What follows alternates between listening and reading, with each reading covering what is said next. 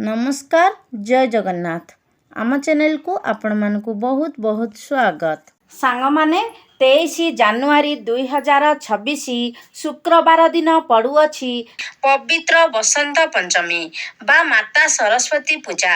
एही सरस्वती पूजा बा बसंत पंचमी दिन आपण माता लक्ष्मींकर स्वरूप गोमातांकु खुआई दियंतु। एही गोटिए गुप्त जिनिस आपणकर समस्त मनस्कामना पूर्ण होइजिब। संपूर्ण वर्ष सारा केबे भी आपणकु धन ओ अन्नर अभाव हेब नाही।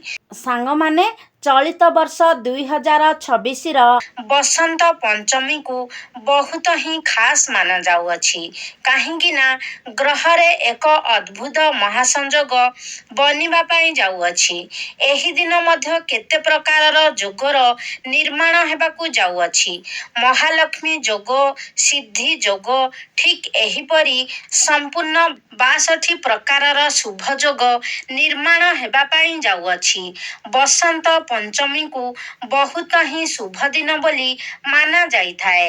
एही दिन समस्त प्रकारर शुभ कार्य गुड़िक मध्य करा जाइथाए, जेमिति कि गृह निर्माण, गृह प्रतिष्ठा इत्यादि नाना प्रकारर शुभ कार्य गुड़िकर आयोजन करा जाइथाए। एही दिन पुरी रे रथ काठर अनुकूल मध्य करा जाइथाए। तेबे सांग माने आपण एही शुभ दिन रे गोमातांकु आपण एही गोटिए जिनिस आनी खुआई देउछंती, ताहेले माता लक्ष्मींकर आशीर्वाद आपणंकु प्राप्त हेब। आपणंकर धन कमाइबार समस्त मार्ग गुड़िक मध्य खोलिजिब। संपूर्ण वर्ष सारा केबे भी आपणंकर घरे धनर अभाव देखा देब नाही। आपणंकर जन्म जन्मांतरर थिबा गरीबी एवं दुख कष्ट समाप्त होई जाइथाए। एहा छड़ा ग्रह पीड़ारु मध्य आपणंकु मुक्ति मिली जाइथाए एवं माता लक्ष्मींकर आशीर्वादरु आपणंकु आपणंक जीवन रे धन वैभवर प्राप्ति मध्य होइथाए। सुख एवं समृद्धिर मध्य प्राप्ति होइथाए। आपणंकर जहा भी किछि मनस्कामना थाउ ताहा आपणंकर पूरण होई जाइथाए।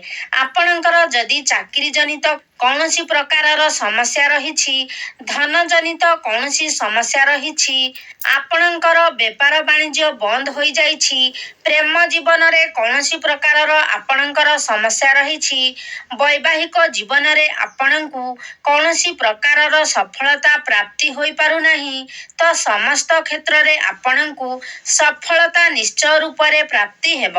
समस्त समस्या आपणंक जीवनरु दूर होई जिव एवं आपणंक उपरे जेउ करजर भार रहिछि ताहा मध्य आपणंकर दूरेई जिव। तेबे सांग माने आसंतु जानिबा एही पवित्र बसंत पंचमी दिन आपण गोमातांकु एपरी केउ जिनिस खुआई देबा द्वारा आपणंकर समस्त दुख कष्ट एवं समस्यार अंत घटी थाए। एहा छड़ा आपणंकर समस्त मनस्कामना पूर्ण होइथाए। एहा पूर्वरु जदि आपण माने माता लक्ष्मी को, माता सरस्वती को सच्चा हृदयरु भक्ति करुथांती, विश्वास करुथांती, तेबे आपण एही वीडियोटी को लाइक करी चैनल टी को सब्सक्राइब करी दियंतु एवं कमेंट बॉक्स रे जय मां लक्ष्मी, जय मां सरस्वती निश्चय लिखंतु। तेबे सांग माने आसंतु जानि नेबा गाईर सेवा किपरि करिबा उचित एवं केउ गाय को कौन खाइबा को देबा द्वारा आपणक गृह रे धनर वृद्धि होइथाए। सांग माने शास्त्र रे गाई को गोमाता बोली वर्णना करा जाइछि एवं समस्त देवादेवी माने मध्य गोमातांकर पूजा करिथांती। गाईर 5टी द्रव्य जहाकी गोबर, गोमूत्र, दही, दूध एवं घिओ, एही 5टी द्रव्य को अत्यंत पवित्र बोली माना जाइथाए। सांग माने गोमातांकर शरीर रे 33 कोटी देवादेवींकर निवास होइथाए। गाईटी अत्यंत निर्मल, शांत, पवित्र एवं निष्पाप प्राणी होइथाए।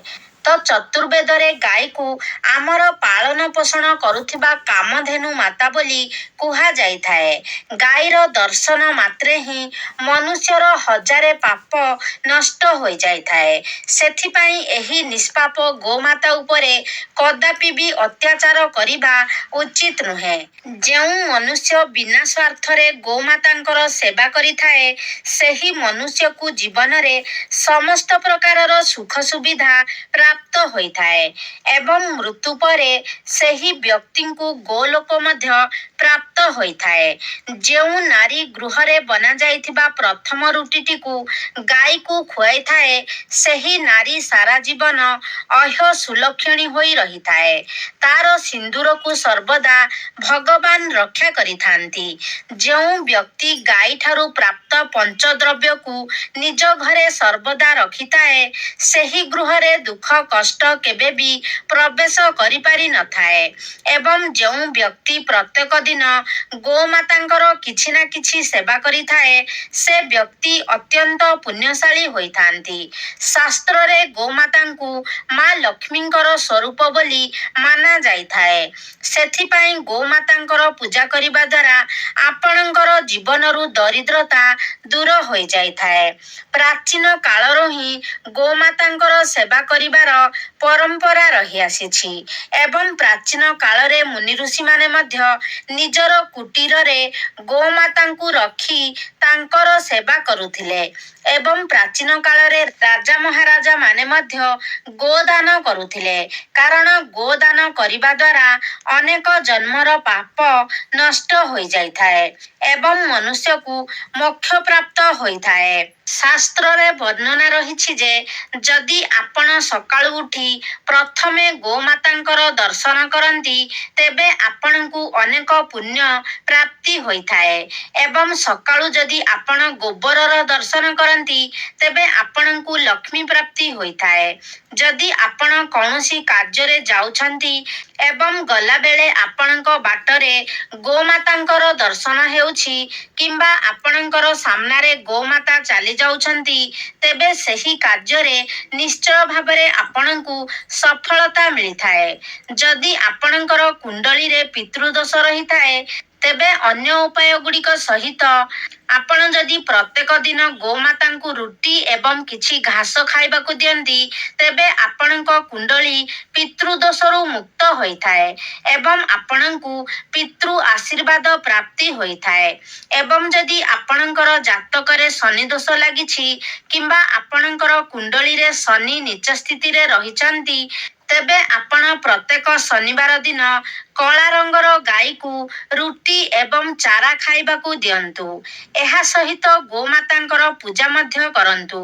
ଏପରି କରିବା ଦ୍ୱାରା ଆପଣଙ୍କୁ ଶନି ଦୋଷରୁ ମୁକ୍ତି ମିଳିଥାଏ। ସାଙ୍ଗମାନେ, ଯଦି ଆପଣଙ୍କର କୁଣ୍ଡଳୀରେ ଶୁକ୍ର ଗ୍ରହଙ୍କର ସ୍ଥିତି ଦୁର୍ବଳ ରହିଥାଏ, ତେବେ କୁଣ୍ଡଳୀରେ ଶୁକ୍ରଙ୍କର ସ୍ଥିତି ମଜବୁତ କରିବା ପାଇଁ ଆପଣ ପ୍ରତ୍ୟେକ ଦିନ ଧଳା ରଙ୍ଗର ଗାଈକୁ ସକାଳେ ପ୍ରସ୍ତୁତ ହୋଇଥିବା ରୁଟି ଖାଇବାକୁ ଦିଅନ୍ତୁ।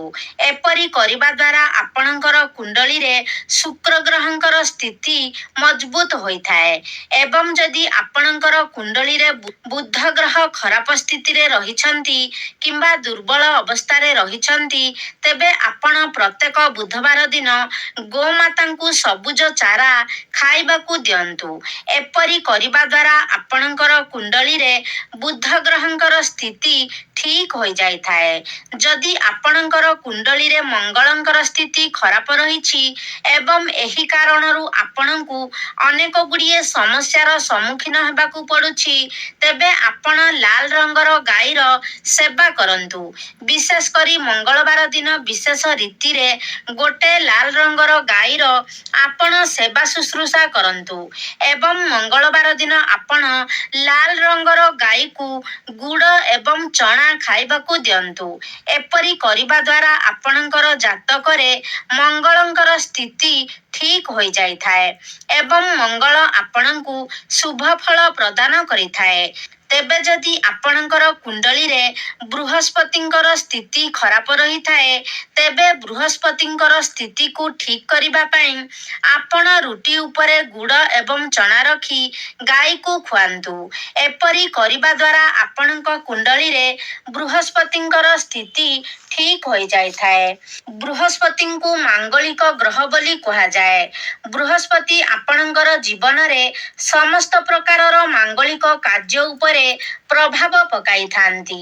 ତେଣୁ ଆପଣଙ୍କ ଜୀବନରେ ଯେଉଁ ବି ସବୁ ଶୁଭ ଘଟଣା ଘଟିତ ହୋଇଥାଏ କିମ୍ବା ଆପଣଙ୍କ ସନ୍ତାନମାନଙ୍କର ସହିତ ଜଡ଼ିତ ପ୍ରତ୍ୟେକ ଘଟଣା ଆପଣଙ୍କର ବୃହସ୍ପତିଙ୍କର ସ୍ଥିତି ଉପରେ ନିର୍ଭର କରିଥାଏ।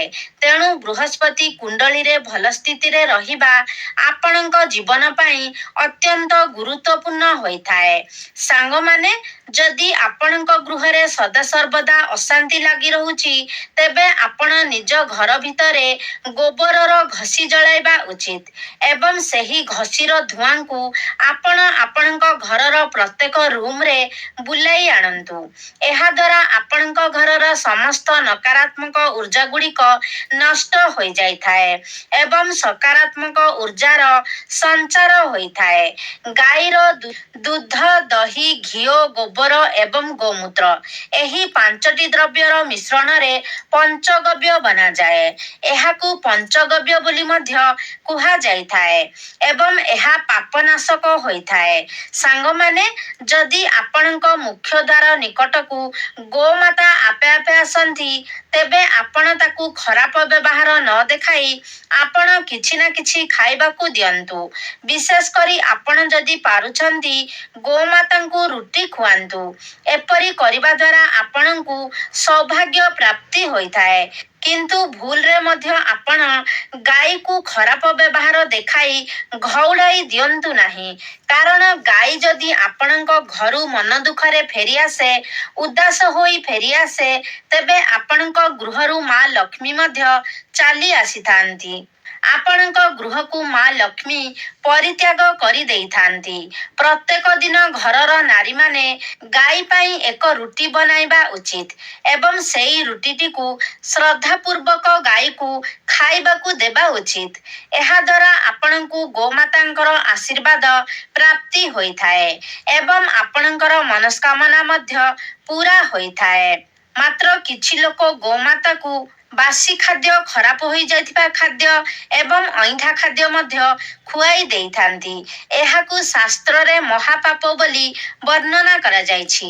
ଏହି ସବୁ ଖାଦ୍ୟଗୁଡ଼ିକ ଆପଣ ଅନ୍ୟ ପ୍ରାଣୀଙ୍କୁ ଖାଇବାକୁ ଦେଇପାରିବେ, ମାତ୍ର ଗୋମାତାଙ୍କୁ କେବେ ବି ଖରାପ ହୋଇଯାଇଥିବା ଖାଦ୍ୟ କିମ୍ବା ଅଇଁଠା ଖାଦ୍ୟ ଖାଇବାକୁ ଦେବା ଉଚିତ ନୁହେଁ। ଯେହେତୁ ଗାଈକୁ ଗୋମାତା ବୋଲି ମାନାଯାଇଥାଏ ଏବଂ ଗୋମାତାଙ୍କର ଶରୀରରେ 33 କୋଟି ଦେବାଦେବୀଙ୍କର ବାସ ହୋଇଥାଏ। ତେଣୁ ଗାଈକୁ ଏପରି ଖାଦ୍ୟ ଦେବାର ଅର୍ଥ 33 କୋଟି ଦେବାଦେବୀଙ୍କର ଅପମାନ କରିବା ସହିତ ସମାନ ହୋଇଥାଏ। ଆପଣ ଦେଇଥିବା ସେହି ଖରାପ ଖାଦ୍ୟକୁ ଗୋମାତା ତ ଭୋକ କାରଣରୁ ଗ୍ରହଣ କରିଥାନ୍ତି, ମାତ୍ର ଖାଦ୍ୟ ଦେଇଥିବା ବ୍ୟକ୍ତିଙ୍କ ଉପରେ ସେହି ପାପ ଲାଗିଥାଏ। ଗାଈ ଏକ ଶାକାହାରୀ ଏବଂ ପୁଣ୍ୟାତ୍ମା ପ୍ରାଣୀ ଅଟେ। ତେଣୁ ଗାଈର ଖାଦ୍ୟରେ କେବେ ବି ଆମିଷ ଦିଅନ୍ତୁ ନାହିଁ। ଆପଣ ଯଦି ଏମିତି କାର୍ଯ୍ୟ କରିଥାନ୍ତି, ତେବେ ଆପଣଙ୍କୁ ମହାପାପର ଭାଗୀ ହେବାକୁ ପଡ଼ିଥାଏ। ସାଙ୍ଗମାନେ, ଯଦି ଆପଣଙ୍କର କୁଣ୍ଡଳୀରେ ଚନ୍ଦ୍ରଦୋଷ ଲାଗିଛି ଏବଂ କେଉଁ କାରଣରୁ ଆପଣ ଅନେକ ଗୁଡ଼ିଏ ସମସ୍ୟାର ସମ୍ମୁଖୀନ ହେଉଛନ୍ତି, ତେବେ ରୁଟି ଉପରେ ଧଳା ଲହୁଣୀ, ଘିଅ ଏବଂ କିଛି ଲୁଣ ଲଗାଇ ଆପଣ ଗୋମାତାଙ୍କୁ ଖାଇବାକୁ ଦିଅନ୍ତୁ। ଏବଂ ଯଦି ଜାତକରେ ଶନିଦୋଷ ଲାଗିଛି, ତେବେ ଅଟାରେ କିଛି କଳା ରାଶି ମିଶାଇ ସେହି ଅଟାରେ ଆପଣ ରୁଟି ବନାଇବେ ଏବଂ ସେହି ରୁଟିକୁ ଆପଣ ଗୋମାତାଙ୍କୁ ଖୁଆଇ ଦିଅନ୍ତୁ। ଏପରି କରିବା ଦ୍ୱାରା ଆପଣଙ୍କୁ ଶନି ଦୋଷରୁ ମୁକ୍ତି ମିଳିଥାଏ। ଯଦି ଆପଣଙ୍କ ଗୃହରେ ଆର୍ଥିକ ସଙ୍କଟ ଦେଖାଦେଉଛି, ଧନଜନିତ ସମସ୍ୟା ଦେଖାଦେଉଛି, ତେବେ ଗୁରୁବାର ଦିନ ଆପଣ ଗାଈ ଗାଈକୁ କଦଳୀ ଖୁଆଇବା ଶୁଭ ହୋଇଥାଏ। ଏହାଦ୍ୱାରା ଆପଣଙ୍କର ଧନଜନିତ ସମସ୍ୟା ଦୂର ହୋଇଯାଇଥାଏ। ଗୋମାତାଙ୍କର ପିଠିରେ ଯେଉଁ କୁବଡ଼ ରହିଥାଏ ସେଥିରେ ସୂର୍ଯ୍ୟକେତୁ ନାଡ଼ି ରହିଥାଏ ଏବଂ ଯଦି ଆପଣଙ୍କର ଗୃହକୁ ଆପଣଙ୍କର ମୁଖ୍ୟ ଦ୍ୱାର ନିକଟକୁ ଗୋମାତା ଆସିଥାନ୍ତି ତେବେ ତାଙ୍କର ସେହି କୁବଡ଼କୁ ଆପଣ ନିଶ୍ଚୟ ରୂପରେ ସ୍ପର୍ଶ କରନ୍ତୁ। କାରଣ ଏପରି କରିବା ଦ୍ୱାରା ଆପଣଙ୍କୁ ଅନେକ ଗୁଡ଼ିଏ ରୋଗରୁ ମୁକ୍ତି ମିଳିଥାଏ। ଶାସ୍ତ୍ରରେ ବର୍ଣ୍ଣନା କରାଯାଇଛି ଯେଉଁ ବ୍ୟକ୍ତି ନିଃସ୍ୱାର୍ଥପର ଏବଂ ଶ୍ରଦ୍ଧାଭାବ ନେଇ ଗୋମାତାଙ୍କୁ ସେବା କରିଥାଏ ସେହି ବ୍ୟକ୍ତି ମୃତ୍ୟୁ ପରେ ଗୋମାତାଙ୍କର ଲାଞ୍ଜକୁ ଧରି ବୈତରଣୀ ନଦୀ ପାର କରି କରି ଯାଇଥାଏ। ସେହି ବ୍ୟକ୍ତିଙ୍କର କେବେ ବି ଅକାଳ ମୃତ୍ୟୁ ହୋଇନଥାଏ ଏବଂ ସେହି ବ୍ୟକ୍ତିଙ୍କୁ ସୌଭାଗ୍ୟ ପ୍ରାପ୍ତି ହୋଇଥାଏ।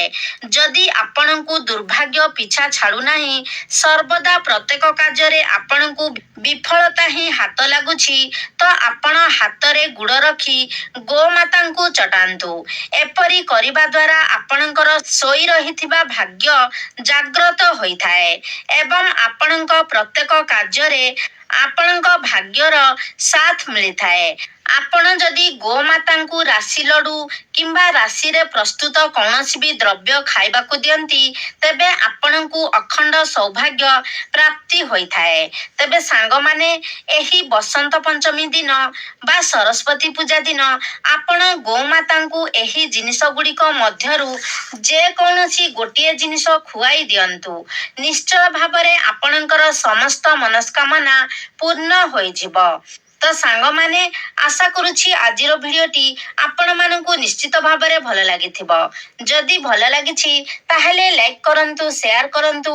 ଆମ ଚ୍ୟାନେଲକୁ ଯଦି ସବସ୍କ୍ରାଇବ୍ କରିନାହାନ୍ତି ତାହେଲେ ସବସ୍କ୍ରାଇବ୍ କରିଦିଅନ୍ତୁ ଏବଂ କମେଣ୍ଟ ବକ୍ସରେ ଶ୍ରଦ୍ଧା ଓ ଭକ୍ତିର ସହିତ ଜୟ ମା ସରସ୍ୱତୀ, ଜୟ ମା ଲକ୍ଷ୍ମୀ ନିଶ୍ଚୟ ଲେଖନ୍ତୁ।